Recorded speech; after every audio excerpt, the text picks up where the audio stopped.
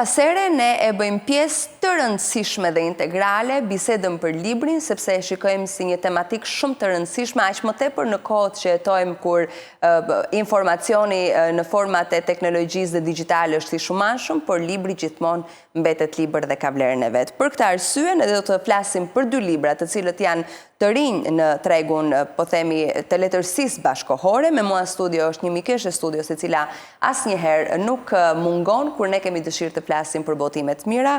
Vasilika Tafa, botuese, mirë se erdhe, faleminderit. Faleminderit për ftesën. Vi vërtet me shumë dëshirë, sepse dëshira e parë është të flas për librin, pastaj kur biseda është me njerëz profesionistë të cilët e duan dhe e njohin librin, atëherë kënaqësia është dy fishta imja. Më emocionove me kështë të faleminderit. Unë e dua pa diskutim librin edhe përpiqem të mos e ndaj. Faleminderit për fjalën që përdore profesioniste. Ke në duar dy libra. Dua ta filloj me drita e muzgut, më mirë? Drita e muzgut. Okej, çfarë e bën të veçantë këtë roman? Jaap Robben është një shkrimtar holandez. Edhe gjithmonë në letërsinë shqipe janë përkthyer shumë shkrimtarë të mirë holandez. Ne si shtëpi botuese Ombra sjellim romanin e tij të dytë, Pas Palltoja e verës, vërtet një roman shumë i bukur, i cili ka një ndjeshmëri njerëzore të jashtëzakonshme. Pra, ai flet të duket për gjëra të vogla, për gjëra që ti ke pranë vetes, apo i ke diku për briteje, por mënyra e rrëfimit është jashtëzakonisht e bukur dhe njerëzore. Romani Drita e muzgut është rrëfehet nga një grua në moshën e saj, themi 80 pak vjeçare, 82 vjeçare, e cila në fund të jetës ngelet e vetme, në kujdesin e djalit të vetëm, i cili pas vdekjes të bashortit, e merr nënën e tij, Elfrida, dhe e çon në një nga qendrat për të cilat për të moshuarit, por me një përkujdesje të jashtëzakonshme dhe i rregullon nënës të tij të gjithë ambientin ku ajo mund të kujtojë të gjithë jetën e saj. Dhe pikërisht në këtë ambient, kur bashorti ishte larguar nga kjo jetë, ajo kujton një histori të vjetër dashurie, të ndodhur një ditë dimri, të egër në ato provincën kur ajo jetonte, Elfrida, me dy prindrit e saj, ishte vajza e 4 e prindërve, motrat të gjitha ishin të martuara dhe prindrit mezi prisnin që ajo të gjente një të dashur, të mirë, sipas konceptit të familjes dhe normal të dy prindërve. Ajo dashurohet me një profesor, i cili shumë më i madh në moshë, por që mund të bënin bashk një shëtitje në lumin e ngrirë. Pra, do të thënë, ishte një moment shumë i bukur, kur ajo u afeksionua pas profesorit, dhe pas disa muajsh dashuri, por ai ishte dhe i martuar dhe e donte fort gruan e tij, sipas Otos, personazhit të librit, ngel shtatzane. Dhe i duhet të zgjidhte të shkonte dhe të abortonte fëmijën, apo të shkonte ta lindte te murgeshat për të adoptuar dikush tjetër, apo duhet ta mbante vetë. Elfrida zgjedh atë që mund të zgjedh një nënë e përgjithshme. Me që kjo kishte ndodhur, donte ta mbante. Sigurisht, unë nuk dua ta zbuloj për lexuesin, por ky roman është një roman e një ndjesie dhe kujtimi, që besoj në këto mosha çdo grua e bën një retrospektiv të jetës të saj. Ne jemi në ditë, kur jemi në ditë të ngarkuara, nuk kemi kohë të mendojmë për të shkuarën tonë, por një grua në ato moshë, besoj në të gjithë botën, edhe kur duan apo din apo kanë nevojë të thonë, të gjithë kujtojnë se çfarë kanë bërë në jetën e tyre. Dhe e vetmja gjë që Elfrida nuk e mori me vete si pengun e saj, dhe arriti që edhe se ishte në atë rezidencën e të moshuarve, arriti që pengun e jetës të vetë t'ja rrëfente të birit, Tobiasit, sepse më vonë ajo martohet me Luizin, me burrin që ndau jetën, lindi një djalë shumë të mirë, djali ishte martuar edhe ishte në pritje të ëmbël të një vajze. Elfrida mendjen e kishte se ç'ishte bërë me voglushen e saj. Pra, fëmia I parë po thua që kishte me profesorin? Me profesorin. Ajo kur nuk e mori vesh, por në fund të librit ishte një vajzë. Dhe që po me vajzën e saj, është një rrëfim shumë emocionues. Unë e ndaj për teleshikusin tuaj dhe lexuesin ton një nga librat më ndjesor. Një rrëfim nëne e cila më preku, dhe harova kur po e redaktoja librin, harova e qisha në pozicionin tjetër, që unë duhet isha e kujdesshme në redaktimin e librit, sepse Elfrida tregonte me ndjesit forta emocionale. Pra, Roben është një shkrimtar shumë I mirë, I cili nëpërmjet gjuhës të tij të zgjedhur, din të na rrëfej emocionet forta njerëzore. Ngjarjet e tij nuk vinë nga ngjarje të mëdha, të themi të historisë, apo ngjarje emocionuese që mund të kenë përballje shoqërore, por ai kapet pas ndjesive të forta njerëzore. Më thej që autori Roben në këtë roman, Drita e Muskut, faleminderit, ka një mënyrë rrëfimit të veçantë. I referohesh për shkrimeve, stilistikës, I referohesh momenteve që ndoshta I lepezull nga një kapitull në tjetrin. Unë nuk e kam lexuar librin, për të qenë sinqert, sepse e kam pak të vështirë të flas për një vepër të cilën nuk e kam lexuar më parë. Po çfarë e bën atë të veçantë në rrëfimin e tij? Vërtetësia që jep në gojën e kësaj gruaje, Elfridës, është një vërtetësi e të rrëfyerit, por sigurisht me nota emocionuese, ai din të zgjedh fjalën, din ta vendos në kontekstin narratori. Personazhi kryesor. Po, vetë Elfrida dhe mënyra se si ai zgjedh të rrëfej Elfrida për të tashmen dhe për të shkuarën, ky kombinim I bukur midis metaforave që zgjedh, por metafore bukur janë edhe kjo lloj konteksti flutura që gjithmonë Elfridës I del përpara, sepse Otoja ishte një profesor I cili kishte studiuar dhe IATI, por dhe ai studionte fluturat dhe gjithë të themi variacionet e fluturave në atë rajonin e tyre. Dhe gjithmonë Elfridës I rinte një flutur te xhami. I thonte gjithmonë të birit, të lutem, ma largo atë flutur. Fluturonte dhe flutura I vinte sërish në xham. Ne nga kujtesa jon, në bashkëbisedime që kemi pasur me të moshuarit, thonë që një flutur është një shpirt që vjen dhe ri tek ti, se është duke të parë. Dhe pikërisht, ajo Elfrida, edhe se shkoi 82 vjeç, nuk u nda shpirti se ku ishte vajza e saj. A ishte djala, ishte vajzë njerë, ishte një dileme madhe, sepse nuk e morë. Pikërisht, në qoftë se do ta them si e mësoj, atëherë nuk do të lexoni gjë. Nuk më le kurioziteti pasi. Por ajo të gjitha fluturat që ai, domethënë I dashur I saj I rinis, I koleksiononte, I bënte në formën e një studimi, sa në fund të jetës I morën edhe për studime universiteti, kishte një lloj reference, sepse kishte marrë dhe Elfridën për të parë se si ai I seleksiononte fluturat, se si I koleksiononte dhe çfarë ndjesie të jepnin në natën, në ato çarçafët e bardhë që ai vinte dhe në reflektimin e dritës ku ato përplaseshin dhe qëndronin tek ajo bezja e tij e bardhë, për t'i numëruar dhe për t'i seleksionuar.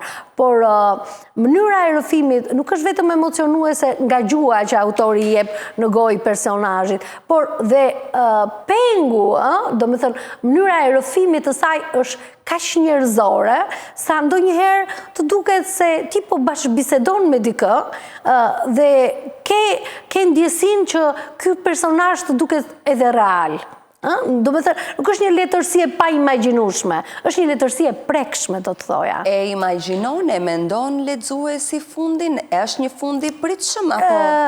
Sigurisht deri diku. Deri diku. Deri diku, por këmbguljen e një gruaje, deri në atë pikë sa Elfrid, se është fundi i librit, unë nuk do ta kisha menduar. Sepse pas shumë vitesh, pas 40 vjetësh ajo arrin ta ritakojë Oton, sepse ai e lë në spitalin e lindjes, sepse ajo arriti shumë keq dhe shkoi dhe në spital më vonë. Ajo lindi në një, të themi, në një shtëpi shumë të varfër, e braktisur nga prindrit, gjasme në kujdesin e Otos, por që nuk ishte i duri në ato momente që ajo ishte, dhe lind para kohe.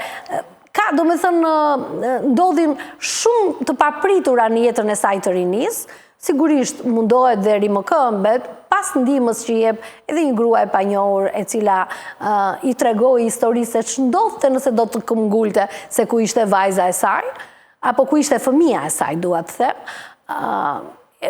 Them që është një libër që do të donte ta lexonte çdo grua e çdo moshe. Më the që ja rrëfeu të birit historinë e rinisë së saj. Ja rrëfeu dhe ai gjeti në fund edhe se ku ishte Oto. I gjeti adresën dhe se pra djali ju bë krah për të krijuar familjen, po themi, të gjenezës në të copëzuar?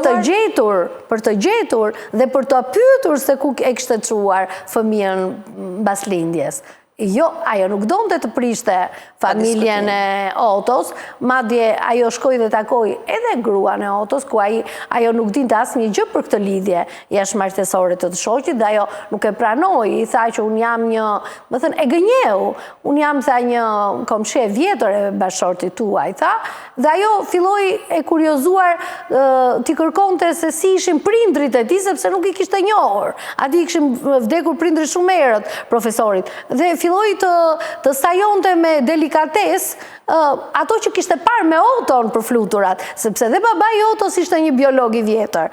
Por, më thënë, doli nga kjo situatë jo shumë e këndshme për veten, por megjithatë, unë mendoj që synimi nuk ishte që ajo të prishte reatin e kësaj familje tashmë, e cila ishte në prag të fundit të jetës edhe Otos, sepse ishte 90 e ca vjeçar, i shtruar në një spital, por mënyra dhe kurajo e kësaj gruaje për të shkuar edhe atje ku ai ishte gjysëm duke vdekur dhe për t'i kërkuar të vërtetën e fëmijës të tyre. Shumë interesant. Është vërtet shumë interesant dhe unë i siguroj të gjitha lexuesit që do emocionohen, por është edhe një rrëfim shumë i rrjedhshëm. Mënyra se si Viola Trifoni e ka përkthyer këtë libër është jashtëzakonisht. Vjen nga origjinali, besoj nga holandeze. Shumë interesant. Ndërkohë, një botim tjetër që po ashtu besoj do të na kuriozoj është edhe Vajza në pikturë. Vajza në pikturë, Eti Cooper është një shkrimtare australiane, edhe unë shpesh kam folur, jo vetëm në studion tuaj, ka shumë shkrimtare bashkore australiane, të cilat i kanë thyer kufite australistë dhe janë shkrimtare që lexojnë në gjithë botën. Sepse shtëpi botuese të mëdha amerikane operojnë dhe atje dhe janë libra të botuara nga shtëpi botuese ndërkombëtare, internacionale. Kështu është dhe Eti Cooper, një nga ato bashkëkoret e famshme australiane në krah të Belinda Alexandrës, që ne kemi kryeveprën, apo të Natasha Lesterit. Dhe edhe ky libër është një thriller historik. Mua më pëlqejnë thrillerat historik dhe besoj duhet të ndani këtë mendim, sepse ato përveç fabulave të jashtëzakonshme, mënyrës se si personazhet vendosen në harkun kohor të caktuar, na japin të gjithë me shumë mjeshtëri nga shkrimtarët, të gjithë puzzle-in e madh të jetës që ndodh në momentet kur ajo don të rrëfej në libër. E pikërisht, ky libër ndahet në dy kohë. Në 1800 dhe 1913. Në 1800 shumë europian, edhe pikërisht irlandez, niseshin me anijet e tyre shumë largë për në Australi, sepse në Australi ishin hapur minjerat e arit. Dhe ishte një punë e madhe nga gjithë bota për të nxjerrë ar. Sigurisht, në 1800-ën, dy prindër lanë fëmijët e tyre në Australi, njëra në atë të themi jetimore në afër kishës dhe një djalë të madh, dhe u nisën për të përgatitur terrenin për t'i pritur më vonë. Dhe libri pikërisht... Më fal, i lanë fëmijët në Irland apo në Australi? Në Irland, okej. Pra ishin prindër irlandez. Irlandez.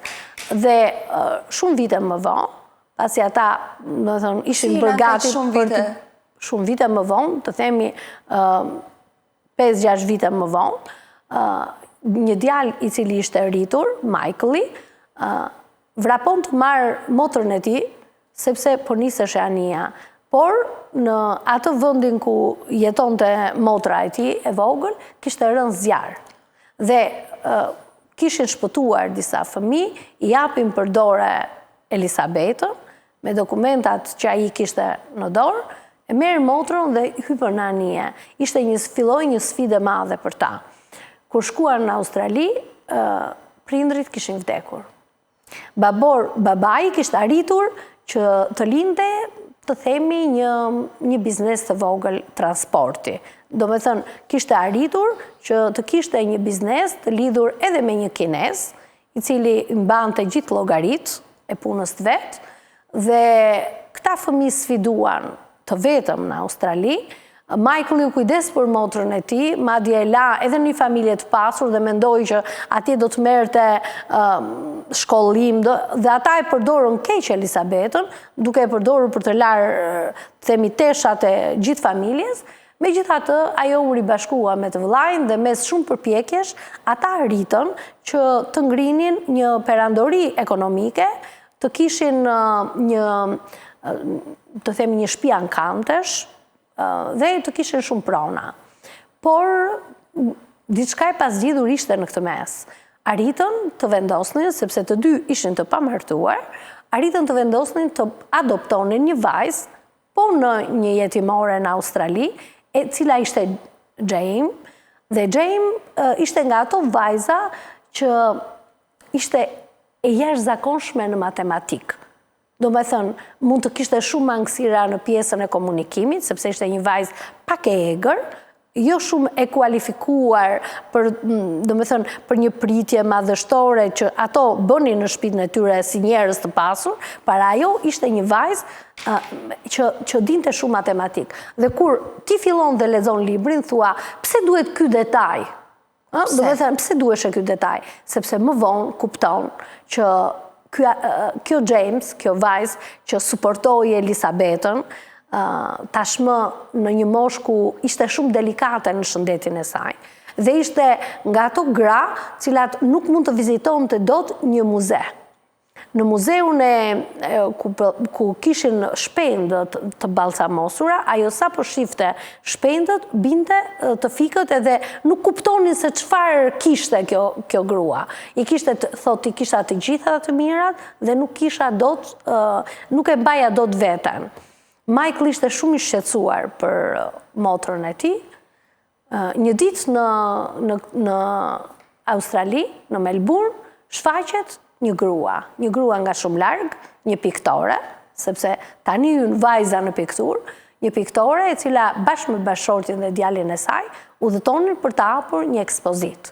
Në Australi. Në Australi. Dhe në momentin kur vjen në shtëpinë ankanteve për të bërë një kontratë, Jane kupton që duhet patjetër që kjo ekspozitë ishte këtu, dhe arrin të kuptoj diçka që më vonë ishte e vërteta. Elisabeta shifte pikturat dhe në momentin që pa pikturën, pati një tronditje të madhe. Mos më thuaj që pa Jane-in të pikturuar në një nga ato telajot. Pa Elisabetën. Pa Elisabetën. Pa veten, dhe më vonë kupton se vajza që vllai kishte marrë, nuk ishte motra e tij.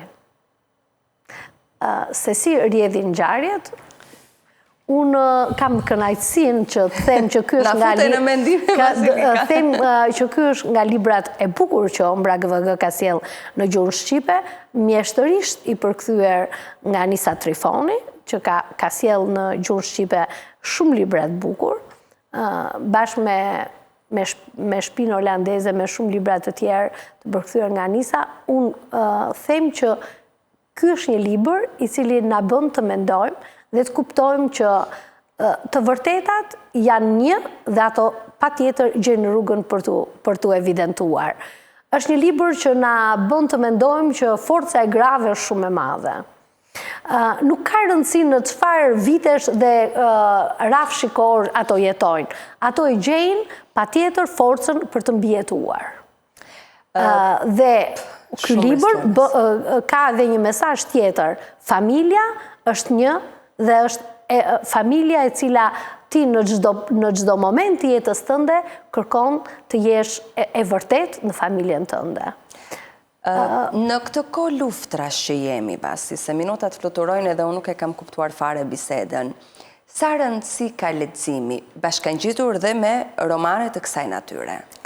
Shiko, këto nuk janë romane cilat kanë përjetime, të themi, në kohë luftrash, por unë mendoj që në këtë moment të vështirë, ku bota ndodhet, dhe ne të gjithë ndodhemi, dhe informacioni është real, edhe ne që jemi larg luftës në distanca kilometrike, por brenda ides se ajo ndodh diku, të themi, afër nesh, në perceptimin ton, them që leximi ka një rol të rëndësishëm. Spari, tek librat t'i gjen forcën e mendimit. Unë mendoj që situata të ndryshme ku njerëzimi ka kaluar, patjetër kanë qenë dhe kohë luftrash, patjetër aty ka pasur dhe personazhe që janë dashur të mbijetojnë, apo të reflektojnë mbi situatën politike të momentit, të kohës ku shtrihet ngjarjet, dhe na bën të mendojmë që lufta më e madhe është lufta që njeriu bën brenda vetes për të mbijetuar dhe për t'i dalë në krye situatave të ndryshme, si ato ekonomike, si ato politike, si ato në shoqëri. Mendoj që libri të bën të reflektosh mbi çdo aspekt të jetës tënde. Unë them që shqiptarët duhet fillojnë të lexojnë më shumë.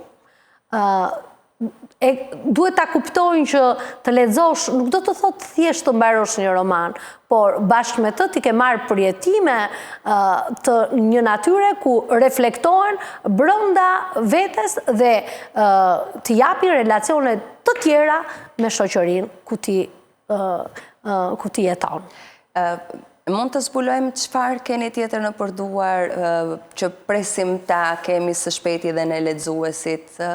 Ndonjë emër autori, apo titull libri, apo subjekti? Unë jam e sigurt që për dy balerina, dy balerina ruse sfidojnë në luftën e dytë botërore, unë prap do t'jem me teleshikuesit tuaj, kështu që unë s'do të zbuloj më shumë, por them që kemi disa libra shumë të mirë, cilat vërtet kanë një kontekst historik, por kanë një ndjeshmëri të madhe njerëzore. Sa e vështirë është për të gjetur në këtë kohë kur, sikur se e the Vasilika, që informacioni është gëlon gjithandej, libra botohen shumë, sigurisht. Qofshin ato të mirë, më pak të mirë, me subjekte më të bukura, më interesante dhe më pak interesante. Sa e vështirë është për të gjetur sot autor dhe libra, jo vetëm romane artistik, letërsi artistike, që i rezistojnë kohës edhe që përthiten me njerë nga lexuesit? Unë mendoj që si në çdo aspekt të jetës, të gjithë kemi të vështirë të orientohemi për gjëra të mira. Në qoftë se je në rrugën e duhur, ku je të themi jo kliente, se nuk përdoret në këtë rast, po ti je bashkëpunëtore, me shtëpi botuese të mira, me agjenci të mira, me ki je vizitore e rregullt e panajireve të librit jashtë vendit, ke informacion nga autorët të cilët ti ke botuar dhe sjellin librin e tyre më të fundit. Për shembull, kështu ndodhi me Belinda Aleksandrën, sapo ajo e kishte shkruar librin dhe kishte dorëzuar në shtëpinë botuese në Australi, e dërgoj dhe të shtëpia botuese Ombra. Do të thënë, librin e saj të fundit, që vërtet do të jetë në panajirin e librit, një nga librat më të bukur mendoj, do të thënë, Agentia Italiane, jo, është një libri i fundit i saj e ri, që sapo ka dalë. Në 31 mars doli në origjinal. Dhe ne jemi duke e përkthyer. Mezi po presim. Dhe unë mendoj që në gjithë këtë, të themi, fushë të madhe ku libri vërtet ka botime të jashtëzakonshme, duhet është edhe pak nuhatja e çdo botuesi. Por bashkë me këtë është edhe synimi që ke se çfarë ti don të servirësh në logon tënde. Pra, mund të ketë shumë libra të botuar, por çfarë janë synimet e tua editoriale është e rëndësishme. Dhe pikërisht në rrugën që ti ke dhe në dëshirat që ke për të bërë bibliotek tek lexuesit, apo them për t'ju serviru lexuesit shqiptar kryevepra të mira të letërsisë botërore, por pse jo edhe të letërsisë shqipe, dhe duke kuptuar që dhe servirur tamam shkrimtarët e vërtet, unë mendoj që patjetër është një sfidë, po një sfidë e bukur profesionale. Shumë mirë. Vasilika, faleminderit që ishe në studio, faleminderit për letërsi shumë të mirë që na sugjeron. Faleminderit për ftesën. Jam shumë e kënaqur të flas me ju. Gjithashtu, ne do të shkojmë në reklama, vim së fundi si gjithmonë për sportin.